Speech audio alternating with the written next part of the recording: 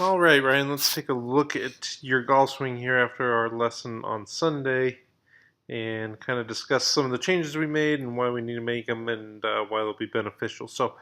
I've got you up here on the right-hand side, and this is after we'd done some work and changed a little bit of those wrist angles that we were talking about. And then I've got Carl Pettersson over here on the left-hand side. I chose him because I like to choose guys that kind of have the same body structure because typically that means their body's going to move in a similar way. So if we can get your body to move in a similar way to his because you have the same body styles, your golf swinging should be as efficient as his. I kind of stopped here at position 2, which is when the shaft is parallel to the ground. Just to kind of point out a couple things. So we talked about your posture and how your hips sit back a little bit too much. So you can see the red line on yours is back, and we talked about this is about 12 inches away from your heel, where his is maybe 3-4 inches. And then look at his pant line too. If we drew a line straight down the pant line, yours is almost going straight down. Because you kind of rock back, so it's almost like the leg gets straight going backwards, where his clearly has a little angle into it between the two different legs. That's something you're going to have to work with because that's kind of a hard change. Like you said, when we worked on it, you felt like you were going to fall over onto your toes. So that's something you're going to have to work on at home and get a little bit more comfortable with. That's kind of off-course stuff, but you'll get there. It's a big change, but you'll get there. And I showed you during the lesson Kevin Stadler, and his hips were even more forward than Carl's here.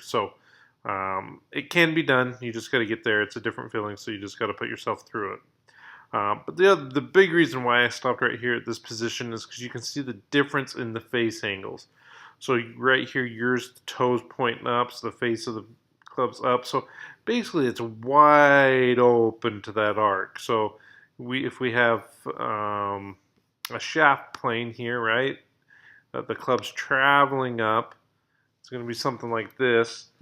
You can see your club face is wide open to it, where if we had this going up Carl's, very similar, it would pretty much make a 90-degree angle. So if it was 90 degrees to that circle at the ball, it's still 90, so it's square where yours is rotated open. So what happens now is as you come in, you have to rotate it closed that same amount. So you get glancier hits and you get a little more inconsistent hits. So that could be or is an issue, and that's why we need to work on a little bit of these wrist hinges and get the stability in that wrist a little bit more. So what I want to look at here and what I'm going to draw is this angle of his wrist. You can clearly see this huge wrist angle, 131 degrees in his right wrist, where it's kind of bending back. Where if we looked at yours over here, there really isn't one. Your left's bowed out and your forearm's starting to rotate outward. But you're not really seeing this big angle that he's got over here either.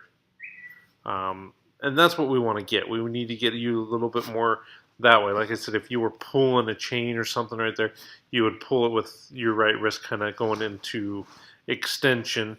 And I'll send you some videos on extension and flexion of the right wrist that will help kind of that understanding. So that's kind of off the ball. We need to get you a little bit more into this looking position here.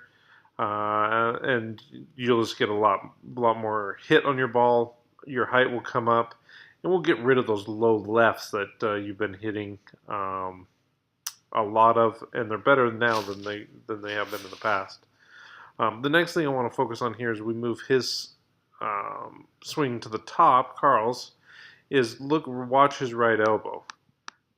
See how it's now starting to pull itself behind its rib cage as he's hinging up. So it's still pulling behind, so it's outside of his rib cage as he gets all the way up to the top. So that's how he's building his length in the golf swing, is with that right elbow. So you can see here at the top. So that's pretty much his top. Butt end of the club's going to be over his shoe someplace. Front of his shoelaces. So really good. But we can see this angle in his elbow right here.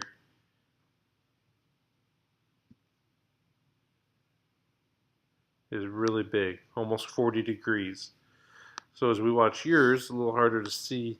You can see yours is kind of more folding, got more rolling.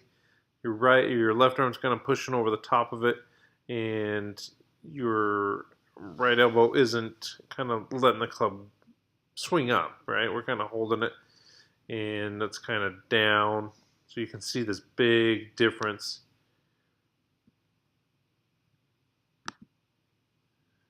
.26.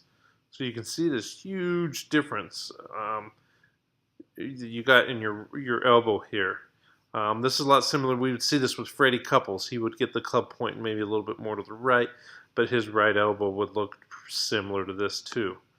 And what that allows Carl to do is, you see come down, the elbow is going to reverse itself and start working in front of his body, and the hands are kind of staying and actually kind of almost working back a little bit, and the club's shallowing out. Now you got this nice shot coming from the inside. So another thing, when the hands get level to the ground, what we want to look at is, well, where is that lead arm pointing? So if we look here, wrists are about hip high, his lead arm's pointing way to the left. If we look at yours coming down,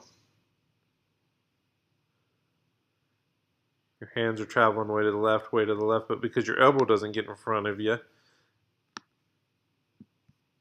your lead arm's almost pointing straight at the target, and you can see the difference in your club here versus Carl's.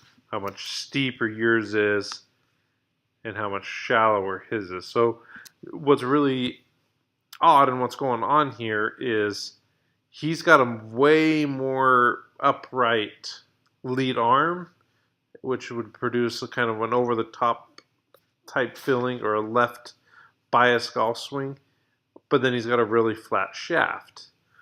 You've got the opposite. You've got more of a rightward lead arm with an upright shaft. So they go against each other, which is what we want, but yours are going against each other in the opposite direction is what we would like to see, preferably. So, I mean, Carl is a great example, and something I would like you to watch a lot of his golf swings, because he gets the club in a really good position, and look at how his body rotates, and that's what really slams it down into that golf ball and creates a lot of power from there. And the club exits left, where your club will start to kind of glance over and kind of go down the target and straight.